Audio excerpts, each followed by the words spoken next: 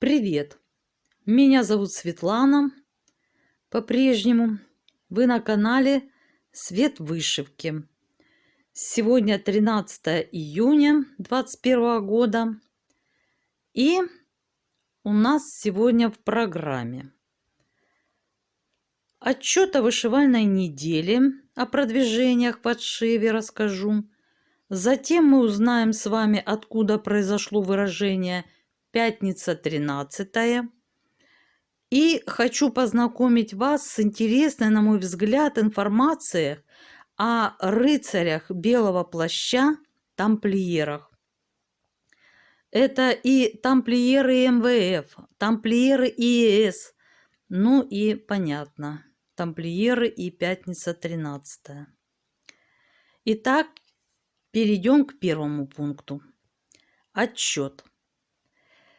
Так как появились новые подписчики и зрители, я расскажу о том, что я вышиваю и чем занимаюсь, да. Вот по картине Эрнста Новака «Винодел» дизайнер Химера создала схему для вышивки. Вот по этой схеме на конве 16-го каунта нитками ДМС иглой 28 номера я и вышиваю. Впервые использую в работе раму, вот на которой натянута канва, и электронную схему Сага. Кстати, очень понравилось мне тем, что не надо долго выискивать значки. Так, что хочется мне сказать? В основном меня все устраивает. Да, есть и единички, крупа, есть участки одним цветом. Схема несложная. Поэтому, кому интересно, кому нравится, смело отшивайте. Это большая схема, но цветов задействовано здесь немного. Не вспомню, около 60. В общем, все доступно для новичков. Сейчас я приближу. Попробую замереть, чтобы сфокусировалось, чтобы вам можно было посмотреть. Здесь уже появляется связка ключей от погребов у винодела. Вот его руки, держащие бокал. Ну, вот такой у нас получается винодел. Поясочек. Здесь уже животик у него появился. Бородушка. В общем, до финиша, как я говорю, у нас пару шагов по карте осталось. Начать и закончить. Вот такой у нас отчет. Если у кого-то какие-то, может быть, вопросы по отшиву, спрашивайте, пишите в комментариях, я постараюсь ответить. Теперь, что касаемо статистики вышиваемой работы. Вышито уже почти 91% всей работы. Это 116 136 крестиков. А за прошедшую неделю удалось мне вышить 6817 крестиков. Вот такая статистика, такое положение дел на сегодня в работе. Далее по тексту буду пытаться, надеюсь, что у меня получится, вставлять картинки касаемо эпизодов текста. Но винодел будет условно статичным, как обычно, на протяжении всего видео. Хотя он может, конечно, у нас и телодвижения совершать, и дышать. Все как всегда. Картинки постараюсь вставлять в нижнем правом углу. Так, ну перейдем ко второй части. Итак, пятница 13. Именно в пятницу 13 октября 1307 года французский король Филипп IV приказал арестовать членов ордена, включая все его верховное руководство. Король выбрал пятницу как день распятия Христа. Он выбрал 13-й день месяца, намек на несчастливое число. 13 считалось плохим числом у Гомера и Цицерона. Ну а теперь непосредственно к рыцарям переходим. Всем приятного прослушивания. Вооружайтесь иголочками. Начнем. Тайны тамплиеров. О тамплиерах написано немало, но тайн и загадок, связанных с ними, меньше не становится. Например, почему бедное рыцарство Христова и храма Соломонова, таково официальное название ордена тамплиеров, превратилось в крупнейшего землевладельца и обладателя несметных богатств, значительно превосходящих казну любого тогдашнего государя в Западной Европе. Основанный в 1118 году 9 рыцарями, орден тамплиеров спустя всего лишь полвека стал самой могущественной и богатой организацией в Европе. Тамплиеры строили дороги, вели войны, финансировали строительство готических соборов. Говорят, даже плавали в Америку задолго до Колумба. Но в 1307 году они исчезли с исторической арены так же таинственно, как и появились на ней. Вопросы множатся, куда пропали материальные и духовные сокровища тамплиеров. Но поговорим об исторических событиях, происходивших более 800 лет назад, и попробуем приподнять покров над тайнами ордена храма. В самом конце далекого XI века произошли события, повернувшие ход мировой истории в новое русло. Началась эпоха крестовых походов. Начало ей положил Клермонский собор, проходивший на юге Франции в 1095 году. Многотысячные участники его, воодушевленные страстной проповедью папы римского Урбана II, преклонив колено, поклялись освободить захваченный к тому времени мусульманами гроб Господень в Иерусалиме. Принявшие обет в знак верности пришивали к одеждам крест, а многие в приступе религиозного восторга раскаленным железом выжигали крест прямо на теле. Они стали называться крестоносцами. Отвоевывать гроб Господень отправились десятки тысяч людей, мужчины и женщины, молодые и старые, даже дети. Были среди них монахи и ремесленники, торговцы и крестьяне, наивные поэты и циничные разбойники. Но в большинстве своем, погибая на долгом пути от лишений и невзгод, рядовые участники крестовых походов годились главным образом лишь на то, чтобы с радостью умирать во славу Всевышнего, совершив подвиг благочестия и заслужив тем самым место в раю. Единственно, кто мог достойно противостоять лихим мусульманским всадникам, были рыцари. Не всякий хороший воин мог считаться рыцарем, но всякий рыцарь был обязан стать хорошим воином. В те годы они еще не носили появившихся позднее блестящих стальных доспехов. Вооружение было простым, нравы суровыми. Стать рыцарем значило дать клятву ни шагу не отступать перед неверными. Лучше оказаться мертвым, чем прослыть трусом. Так гласила старая французская поговорка. Таким образом, миссия защиты гроба Господня в отвоеванном у мусульман Иерусалиме и охрана паломников в Святую Землю помощь тем из них, кто болен или беден, эта миссия вытекала из идеала христианского рыцарства. Благодаря господству в тогдашнем обществе аскетического мировоззрения она хорошо сочеталась с принесением монашеских обетов о целомудрии, бедности, послушании. Обетов. Так возникали рыцарские ордены, добровольные союзы братства рыцарей-монахов. XI-XII века стали временем расцвета рыцарства. В XII веке христианская церковь была уже мало похожа на маленькую иудейскую секту, которой она была при возникновении.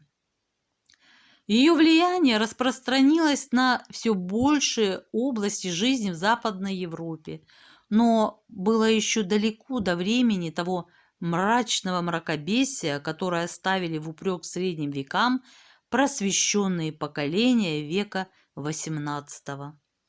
Над умами в те годы властвовал талантливый молодой, ему в то время не было еще 30 лет, аббат Бернар Клерварский, который еще при жизни был канонизирован, признан святым, и известность которого простиралась далеко за пределы веренного ему монастыря в Клерво. Силе и убедительности его слов могли бы позавидовать ораторы древнего мира.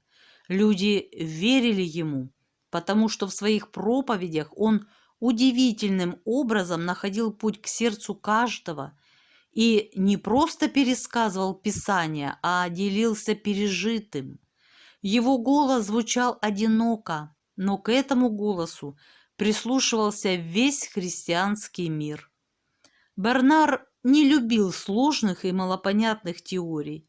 О самых глубоких истинах он говорил очень просто, считая первоосновой любых духовных достижений нравственную чистоту человека, а не количество выученных псалмов. Писатель-мистик, великолепный оратор, он был вдохновителем второго крестового похода.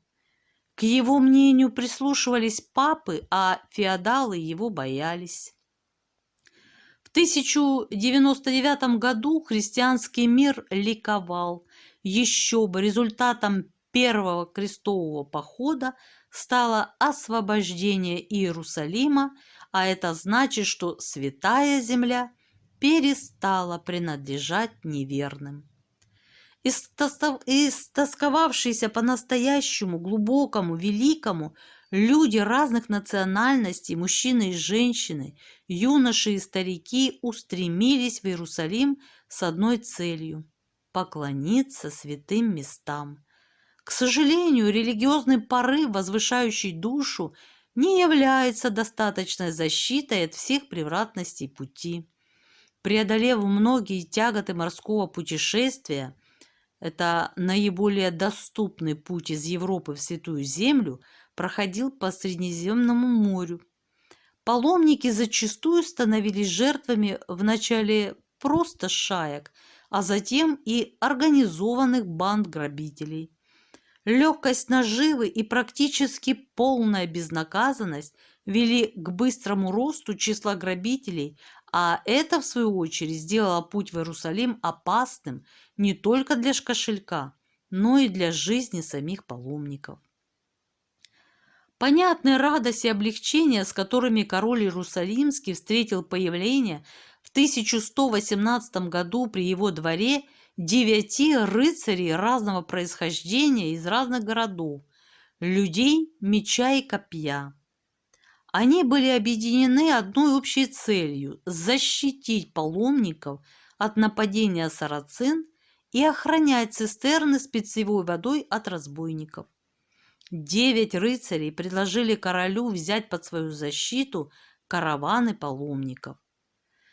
К сожалению, не сохранилось исторических документов, описывающих этот момент, а поэтому нам приходится пока только догадываться о побуждениях, двигавших рыцарями и заставивших их приняться за столь небезопасное дело без видимой выгоды для себя.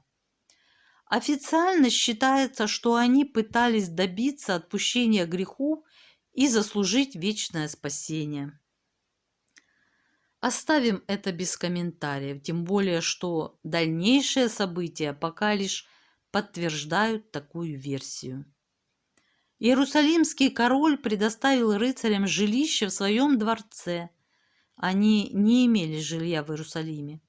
А на следующий год в доме каноников, расположенном на месте прежнего храма легендарного иудейского царя Соломона.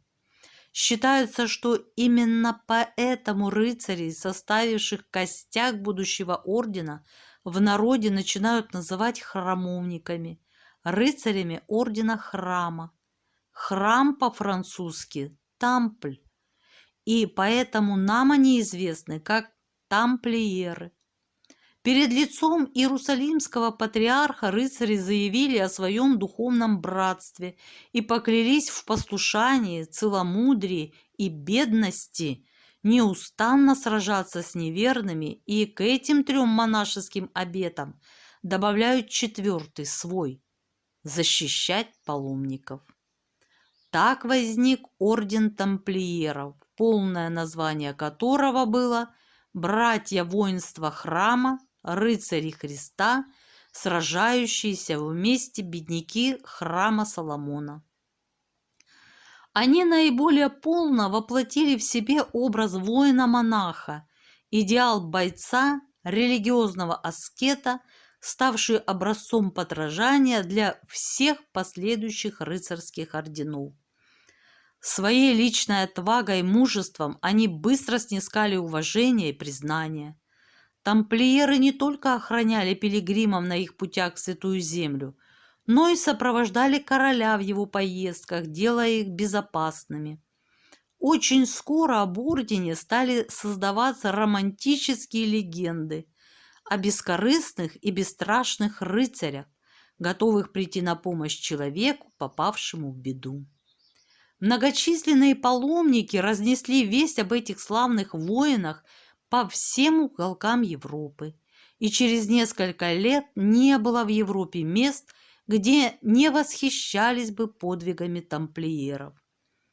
Покровительницей ордена братья избрали кроткую Матерь Божью, Святую Марию. Сам орденский устав отражал дух традиций монахов-цистерцианцев. Святой Бернар подчеркивал, что обет бедности основной для тамплиеров. Параграф 2 устава даже предписывал 2 братьям-храмовникам есть из одной миски. Позаботился Бернар и о том, чтобы ничто не отвлекало тамплиеров от служения Христу. Запрещены были любые светские развлечения. Посещение зрелищ, соколиная охота, игра в кости и прочие радости жизни. Возбранялись смех, пение, суесловие, по-нашему болтология. Перечень запретов составлял более 40 пунктов. Свободное время этих монахов по духу и бойцов по оружию должно было заполняться молитвами, пением священных псалмов и воинскими упражнениями. Официальной печатью нового ордена стало изображение 2 рыцарей, скачущих на одной лошади, что должно было означать не только братство, но и крайнюю бедность. Своеобразным символом храмовников стал белый плащ, надевавшийся поверх остальной одежды того же цвета. Рыцарь-монах, принявший 3 обязательных обета – бедность, целомудрие и послушание, белыми одеждами символизировал чистую, святую жизнь, которую он вел, посвятив свою душу Господу. Будучи уверенными, что божественный порядок в мироустройстве должен найти свое отражение во внутреннем устройстве ордена, тамплиеры особое внимание уделили его структуре. На вершине царил великий магистр. Тамплиеры не признавали над собой никакой другой власти. Орден храма пользовался правом экстерриториальности и не подпадал под юрисдикцию властей тех земель, на территории которых он находился. Орден не платил никому никаких налогов, в том числе и церковную десятину, а также таможенных пошлин. У него была своя полиция и свой трибунал. Формально великий магистр подчинялся только папе, который на деле сам его боялся.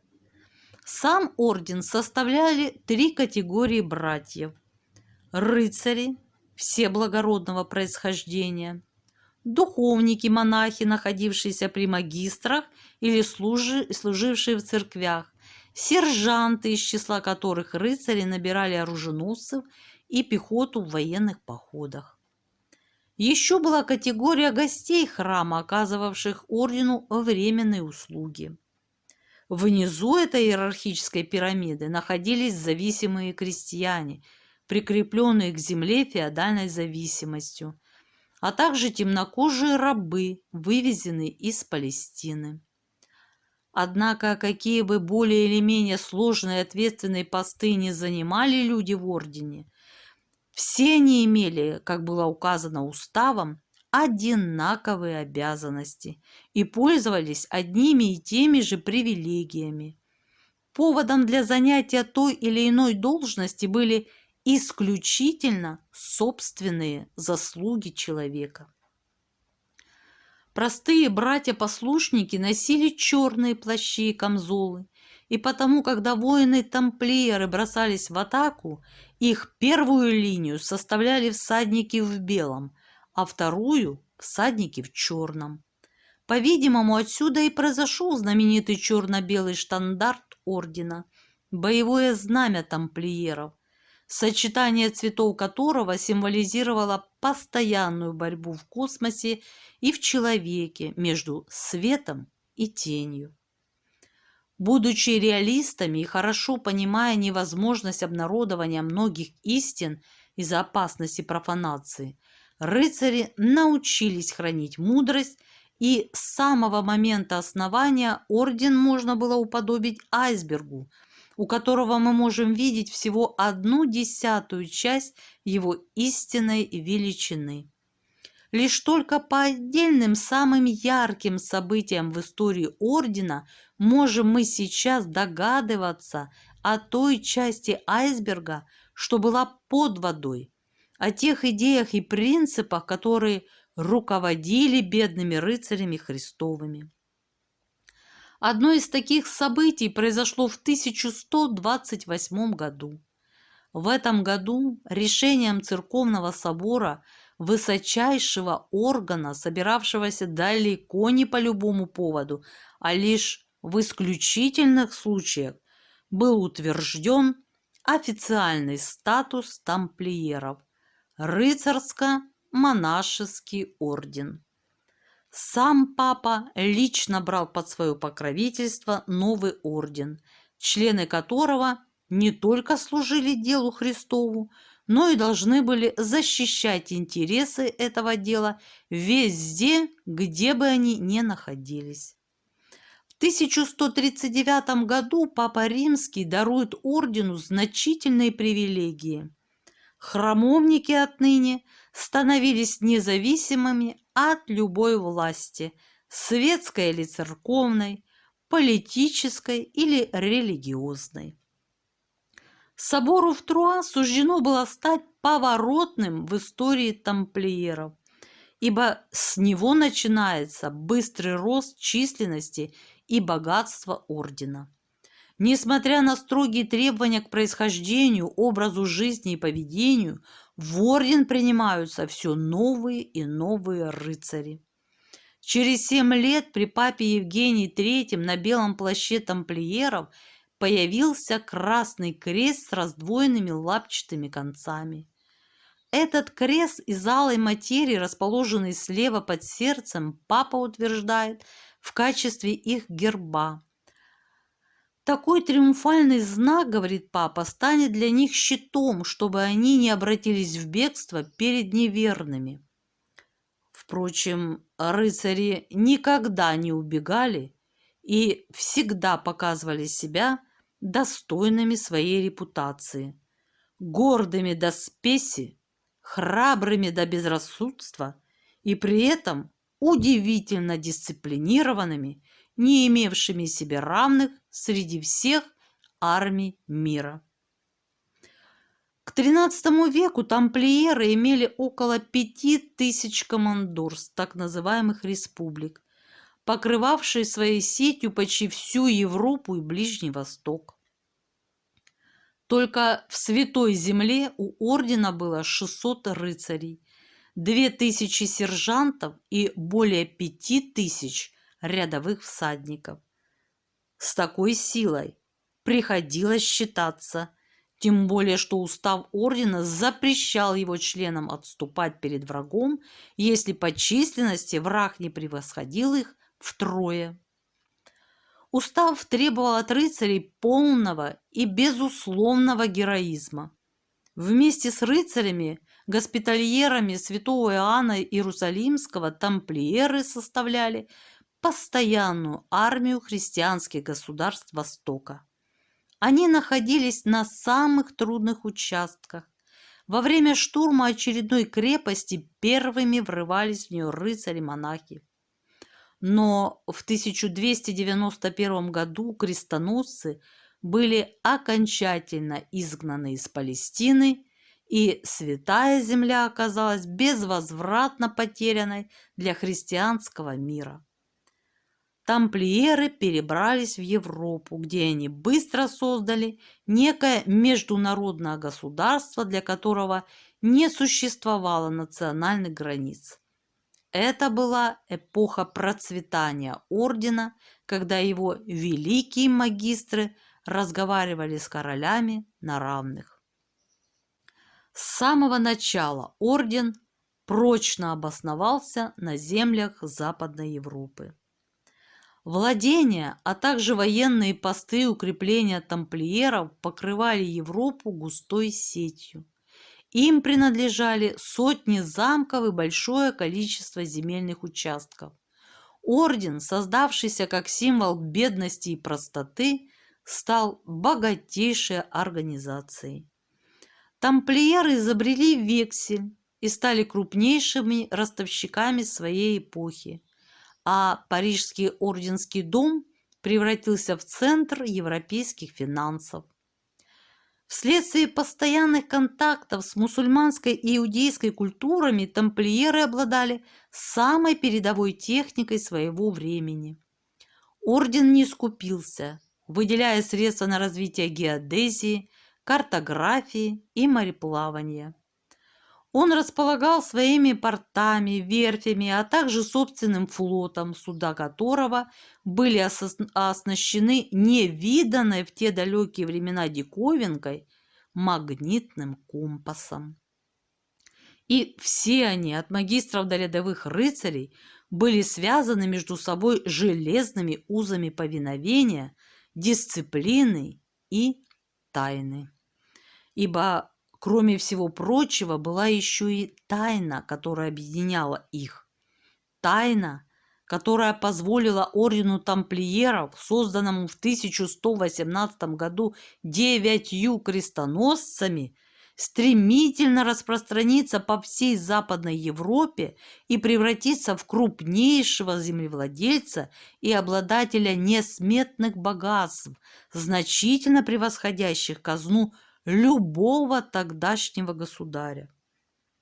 Резиденция храмовников в Париже стала чем-то вроде Уолл-стрит средневековья, а сам орден был в XII-XIII веках ничем иным, как тогдашним МВФ, выдававшим кредиты европейским монархам и купцам, финансировавшим крестовые походы и прочие суперпроекты. Как все монахи, тамплиеры давали обеты послушания, целомудрия и личной бедности. Но сам орден, как организация, мог иметь имущество. Его устав прямо обязывал накапливать ценности и запрещал продавать имущество без разрешения Высшего Совета. Причины столь быстрого роста финансового и военного могущества ордена Храма Соломона до сих пор не имеют удовлетворительного объяснения. Существует мнение, что именно финансовые операции, которые занимали значительное место в деятельности тамплиеров, практически монопольная добыча серебра и прочие манипуляции с материальными ценностями, а также тайные обряды и скрытое несогласие с официальной церковью, что само по себе являлось страшным преступлением, сыграли в их судьбе роковую роль и послужили причиной гибели ордена храма. 13 октября 1307 года в пятницу в один и тот же день и час по всей Франции наместники Филиппа Красивого, сломав печати, ознакомились с содержанием секретной депеши короля. Приказ был ясен и подлежал незамедлительному исполнению. И вот в утренних сумерках несколько тысяч тамплиеров были арестованы. Орденские дома и замки отданы под надзор королевских властей. Вся недвижимость ордена конфискована. В парижскую резиденцию ордена Тампль ворвался вооруженный отряд королевских стражников во главе с канцлером Гийомом де Нагаре. Находившийся там великий магистр Жак де Мале и еще 150 храмовников не оказали никакого сопротивления и позволили увести себя в тюрьму. Орден тамплиеров, просуществовав почти 200 лет, был уничтожен. 3 апреля 1312 года он распущен буллой папы Климента V, а его руководители во главе с Жаком де Мале после длительного судебного процесса сожжены на костре. Что же послужило причиной того, что мощная военно-религиозная организация, обладавшая огромным влиянием, средствами и авторитетом, практически перестала существовать в течение суток, причем без всякого сопротивления? Почему профессиональные, прекрасно владеющими всеми видами оружия воины-монахи покорно позволили схватить себя и своего магистра? В этом есть что-то необъяснимое. Очевидно, что это еще одна из многочисленных загадок и без того достаточно таинственной организации ордена тамплиеров. Арестованные предстали перед судом, многих пытали. При этом добились страшных признаний, но выдвинутые обвинения были еще более чудовищными. Тамплиеров обвиняли в том, что они не признают Христа, Святой Девы и святых, плюют на крест и топчут его ногами. Заявляли, что они поклоняются в темной пещере идолу, изображающему фигуру человека, что идол покрыт человеческой кожей с блестящими бриллиантами вместо глаз. При этом тамплиеры мажут его жиром из жареных маленьких детей и смотрят на него как на Бога. Их обвиняли в том, что они поклоняются дьяволу в виде кошки, сжигают тела умерших тамплиеров и пепел примешивают к пище младших братьев. Их обвиняли в разных преступлениях, в страшном разврате и в суеверных гнусностях, в которых могут оказаться виновные только сумасшедшие. Чтобы заставить признаться в этих преступлениях, храмовников подвергали пыткам не только во Франции, но и в Англии, поскольку английский король Эдуард II поддержал своего тестя Филиппа Красивого, дабы уничтожить этот орден. Много рыцарей под пытками сознались в преступлениях, в которых их обвиняли. Сотни умерли, не сделав никаких признаний. Многие уморили себя голодом или иначе лишили себя жизни в тюрьме. Процесс растянулся на долгих 7 лет. Что же было истинной причиной разгрома некогда столь могущественного ордена? Предположить можно многое. Тамплиеры действительно обладали огромной денежной и военной силой, а главное, они имели далеко идущие планы по ее использованию. Об этих планах некоторые современные исследователи говорят следующее. Тамплиеры пытались осуществить то, к чему нынешние политики подошли только сейчас, через 700 лет после разгрома ордена. Это создать единую Европу с единой экономикой и под общим политическим руководством. В основе единой экономики должна была лежать передовая, даже с современной точки зрения, кредитно-финансовая система самого ордена тамплиеров. В чем действительно можно с историками согласиться, так это в признании заслуг тамплиеров в создании далеко опередившей свое время кредитно-финансовой системы с ее судным процентом, долговыми обязательствами, векселями, которыми можно было торговать как обычными товарами и тому подобное. То есть храмовники построили всеевропейскую ростовщическую сеть, практически аналогичную системе современного банковского капитала. При этом им пришлось в самом деле нарушить установление церкви, запрещавшей христианам давать деньги в рост, поскольку прибыль от ростовщичества считалась нетрудовым доходом, отступлением от заповеди Бога. «В поте лица твоего будешь есть хлеб, доколе не возвратишься в землю, из которой ты взят». Ростовщичество в средневековой Европе приравнивалось к воровству и разбою, и его терпели только со стороны иноверцев, в частности, евреев.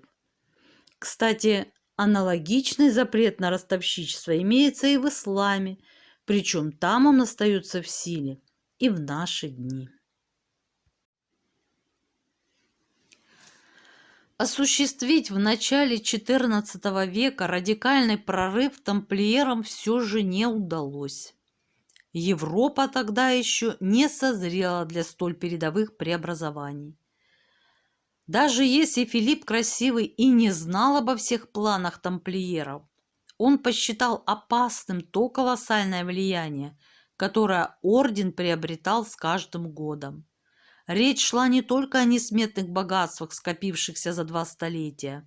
Опасным было то политическое влияние, которое имели тамплиеры в Европе, да и не только.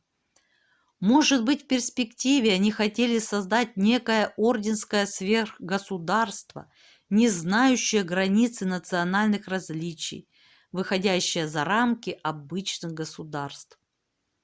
Филипп IV, который мечтал увенчать свою голову короной Священной Римской империи, справедливо мог опасаться, что его мечты вполне могут разбиться о тайную Священную империю, представленную военным и финансовым могуществом тамплиеров. И, наконец, немаловажным обстоятельством может служить тот факт, что Филипп Красивый находился буквально по уши в долгах. Казна Франции была пуста, народ бунтовал, и денег взять было просто неоткуда. Тамплиеры же на свою беду были не только чудовищно богаты, но и являлись главными кредиторами французского короля. Мятежники в экономике и политике, тамплиеры также были мятежниками и в теологии. Своими обрядами тамплиеры выражали независимость от официальной церкви. Одной из тайн ордена было то, что посвященный член ордена назывался другом Господа и мог говорить с Богом, когда хотел, то есть без посредничества Папы Римского и Церкви. Это была явная ересь, подлежащая жестокому искоренению. Все эти, а также многие другие обстоятельства вместе составили изумительную комбинацию, которой Филипп Красивый просто не мог не воспользоваться. Обвиняя орден в ереси, безбожии и в других преступлениях, он выступал в благороднейшей роли поборника справедливости.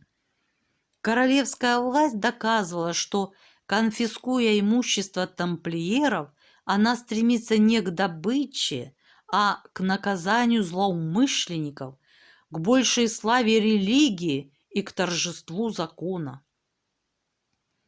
Великий магистр ордена Жак де Мали и приор Нормандии Жуфруа де Шарне были сожжены 18 марта 1314 года. Они стояли на кучах хвороста в бумажных колпаках еретиков напротив королевского дворца, из окна которого Филипп Красивый и дал сигнал палачу. Оба они, магистр и приор, отказались на суде от своих показаний, данных под пытками. Оба говорили о невиновности своей и ордена. В последний момент над любопытствующей толпой сквозь пламя пронесся громовой голос великого магистра. «Папа Климент, рыцарь Гийом де Нагаре, король Филипп, не пройдет и года, как я призову вас на суд Божий, и воздастся вам справедливая кара. Проклятие! Проклятие на ваш род до 13-го колена!» У меня мороз по коже. И вот через месяц от боли в животе, в ужасных судорогах, умер Папа Римский. В ноябре того же года Филипп Красивый скончался от неизвестной болезни. Главный судья процесса Нагаре был казнен. Проклятие действовало. 4,5 столетия спустя, в годы Великой Французской революции, когда лезвие гильотины опустилось на шею Людовика XVI, какой-то человек прыгнул на эшафот, окунул руку в кровь мертвого монарха и показал ее толпе, громко крича: «Жак де Мале, ты отмщен!» Несчастный Людовик был 13-м потомком короля Филиппа IV. Но вернемся к моменту гибели ордена. Не везде тамплиеров преследовали так жестоко. Многие рыцари ордена уцелели, поскольку нигде, кроме Франции, они не подвергались столь суровым преследованиям.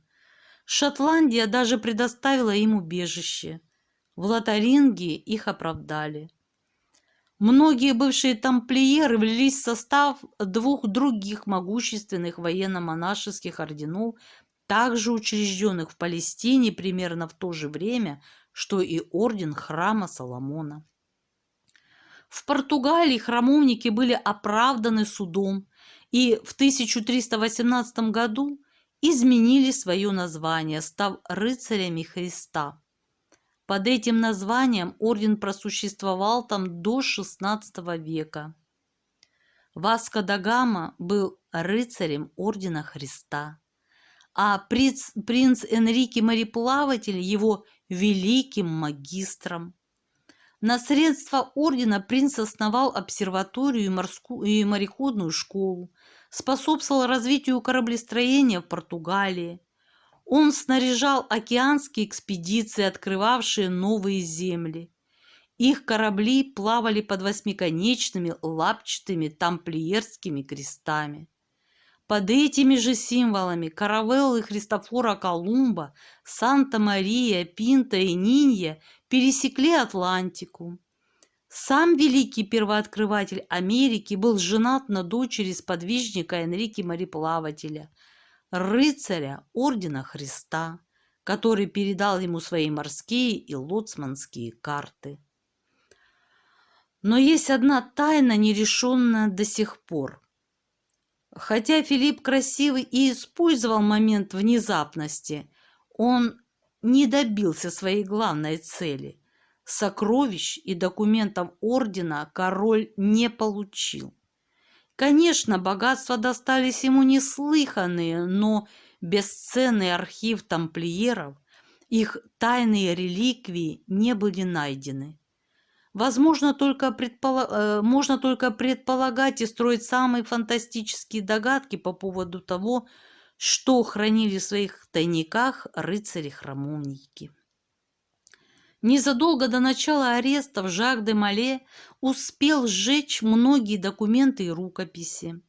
Во все орденские дома великий магистр сумел отправить письмо, в котором приказал не сообщать даже минимальной информации об обычаях и ритуалах тамплиеров. Как утверждают, в одну из ночей перед волной арестов сокровища тамплиеров были вывезены из Парижа и доставлены в порт Ла-Рошель, где их погрузили на 18 галер, отбывших в неизвестном направлении. Очевидно, великий магистр что-то знал о надвигающейся опасности. Но куда же были вывезены реликвии ордена? Сегодня мы не можем получить достоверный ответ на этот вопрос. Ну, пока мы прервемся о рыцарях-тамплиерах.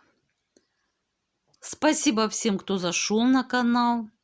Особое спасибо, кто дослушал до конца мои повествования. Мне было очень интересно и очень хотелось поделиться с вами. Ставьте лайки, дизлайки, пишите комментарии. Мне важно ваше мнение об услышанном. Ну, также всем мира, здоровья и добра. До новых встреч. Пока-пока.